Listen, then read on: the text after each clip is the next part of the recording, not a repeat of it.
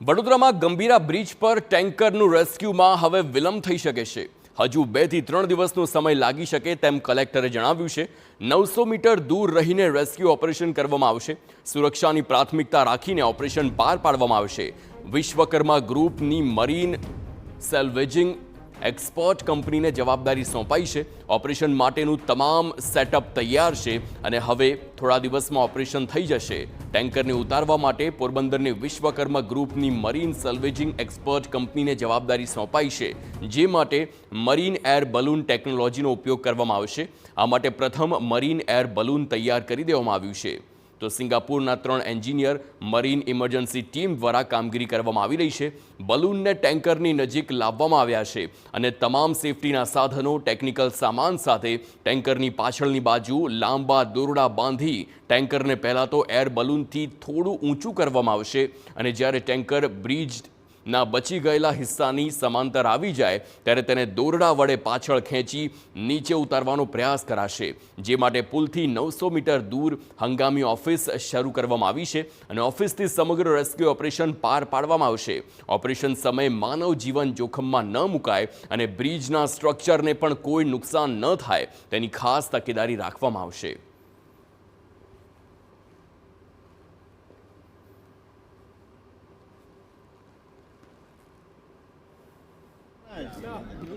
Already यहाँ पे pneumatic bags आ गए हैं, इन्होंने लगभग सेटअप तैयार कर दिया है, बट जब तक पूर्णतया सुनिश्चित नहीं किया जाए कि कोई भी सेफ्टी एंगल कॉम्प्रोमाइज़ नहीं होना चाहिए, तो विश्वकर्मा ग्रुप इस चीज़ को, इनकी फॉरमोस्ट प्रायोरिटी सेफ्टी है।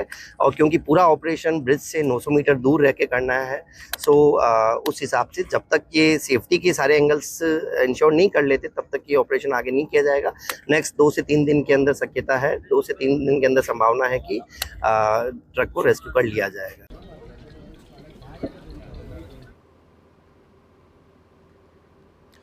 तो आ प्रकारे आप જોઈ શકો છો કે મોટી સંખ્યામાં જે એક્સપર્ટ્સ છે તેમની ટીમ હાલ ગંભીરા બ્રિજ પર ઉપસ્થિત છે અને આ ટેન્કરને કેવી રીતે રેસ્ક્યુ કરે તેની આખું આયોજન કરવામાં આવી રહ્યું છે।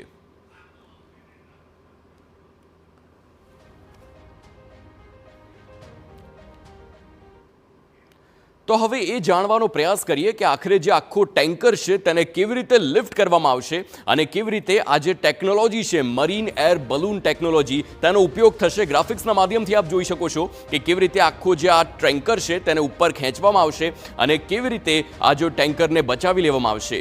મરીન એર બલૂન હોય છે તે બલૂન ખાસ કરીને જે શિપ હોય છે અને શિપના હેંગરમાં રાખવામાં આવતો હોય છે, તે આખો બલૂન જ્યારે શિપને લોન્ચ કરવાની હોય તેમાં તેનો ઉપયોગ કરવામાં આવતો હોય છે, પરંતુ હવે આ જ બલૂનને આ ટેન્કરને લિફ્ટ કરવામાં તેની મદદ લેવામાં આવશે। આપ જોઈ શકો છો કે કેવી રીતે એ જે હવા ભરેલો મરીન એર બલૂન છે, જે આખો બ્રિજનો નીચેનો ભાગ તૂટેલો છે ત્યાં સૌથી પહેલા તેને ફિક્સ કરવામાં આવશે અને ત્યારબાદ તેને પાછળથી આખો ખેંચવામાં આવશે। જ્યારે ટ્રક પાછળથી ખેંચવામાં આવશે તો આખો જે બલૂન છે તે બલૂન નીચેની તરફ જશે અને બીજી તરફ આખું જે ટેન્કર છે તે પાછળની તરફ એટલે કે બ્રિજ પર રિવર્સ જશે। આપ સમજી શકો છો કે આખા જે બલૂનના માધ્યમથી આ ટેન્કરને કોઈ પણ નુકસાન ન થાય, ટેન્કરના જે માલિક છે તેમને આખું ટેન્કર સહી સલામત મળે તેના માટે થઈને આ આખો પ્રયાસ કરવામાં આવી રહ્યો છે અને એટલા માટે જ એ માધ્યમથી હવે મરીન એર બલૂનનો ઉપયોગ કરવામાં આવશે।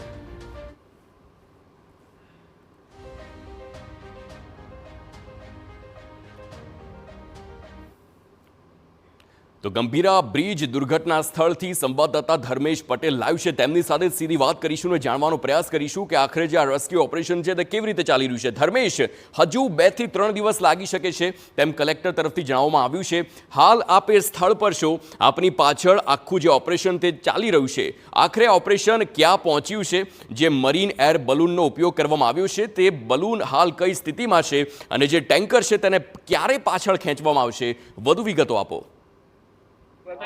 ચોક્કસથી જણાવી દઉં કે જે પ્રકારે આજે આ લટકતા જે ટેન્કર છે તેનો 28મો દિવસ છે ને છેલ્લા ઘણા દિવસથી આજે પોરબંદરની જે મરીન જે ઇમરજન્સીની ટીમ છે તે સતત કામ કરી રહી છે, પરંતુ આજે કોઈ નક્કર પરિણામ આવે તે પ્રકારના દ્રશ્યો ખાસ જોવા મળ્યા છે। કારણ કે આજે વહેલી સવારથી કહી શકાય જે મરીન ઇમરજન્સીની ટીમ છે તેમાં કર્મચારીઓમાં પણ ખૂબ વધારો થયો છે અને જે હાઈ પ્રેશર જે બેગ છે તે બંને બેગ અંદર નાખી દેવામાં આવી છે ને ટૂંક સમયમાં પરિણામ જે છે તે કોઈ આવી શકે છે, કારણ કે આજે જે વહેલી સવારથી જે આ હલચલ છે તે ખૂબ ગતિમાં લાગી રહી છે. આજે જે કહી શકાય છે કે કર્મચારીઓ છે તે પણ ખૂબ મોટી સંખ્યામાં અહીંયા છે, અને જે નીચે બલૂન જે છે, એર બલૂન કહી શકાય કે જે હાઈ પ્રેશર બેગ છે, તે બંને બેગ તૈયાર કરી દીધી છે. ને તે જોઈ શકાય છે દ્રશ્યોમાં કે સીધે સીધું કે તે બંને બેગ છે તે ટેન્કરની નીચે મૂકી દેવામાં આવી છે. જે જરૂરી સાધનો છે તે પણ ટેન્કર સુધી પહોંચાડી દેવામાં આવ્યા છે, અને ખાસ કરીને જે ટીમ છે તેની પાછળ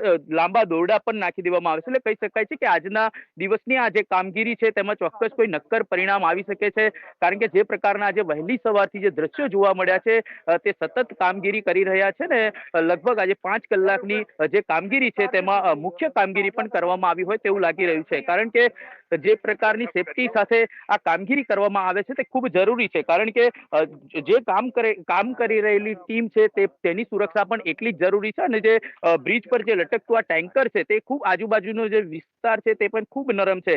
એટલે કહી શકાય કે આજે કોઈને કોઈ નવું પરિણામ, એટલે કે ચોક્કસથી આજે જે આ કામ કરી રહેલી ટીમ છે તેને ક્યાંક ને ક્યાંક પરિણામ મળી શકે તેવી શક્યતાઓ છે, કારણ કે આજે સવારથી જે કામની ગતિ છે તે પણ વધી ગઈ છે, અને કર્મચારીઓની સંખ્યા પણ જે છે તે વધારી દેવામાં આવી છે. એટલે ચોક્કસથી કોઈ નવું પરિણામ આજના દિવસમાં મળે તેવી શક્યતાઓ છે. બિલકુલ આભાર ધર્મેશ સમગ્ર માહિતી બદલ, અને તમામ અપડેટ્સ ત્યાંથી આપતા રહેજો. હાલ આ દ્રશ્યો આપ જોઈ શકો છો સીધા જ એ દુર્ઘટના સ્થળના ગંભીરા બ્રિજ જ્યાં તૂટ્યો, અને તેની સામેની સાઈડ અમારા સંવાદદાતા ધર્મેશ પટેલ છે, અને સીધો જ જે આખી ઘટનાક્રમ છે તેમની સામે, તેમની આંખો સામે થઈ રહ્યો છે કે આખરે કેવી રીતે આ તમામ જે ટેકનિકલ એક્સપર્ટ્સ છે, તેમની ટીમ છે, કેવી રીતે આખું ટેન્કર છે તેને બચાવવા માટેની કામગીરી કરી રહ્યા છે.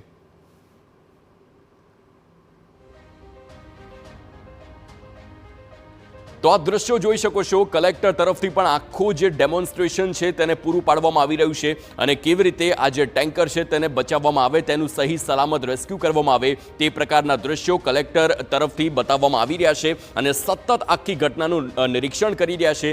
આખરે કેવી રીતે આખું આ ટેન્કર જે ચાલક છે, જે માલિક છે, તેમને સહી સલામત આપવામાં આવે તેના માટે થઈને આ તમામ જે કામગીરી છે તે કરવામાં આવી રહી છે તંત્ર તરફથી.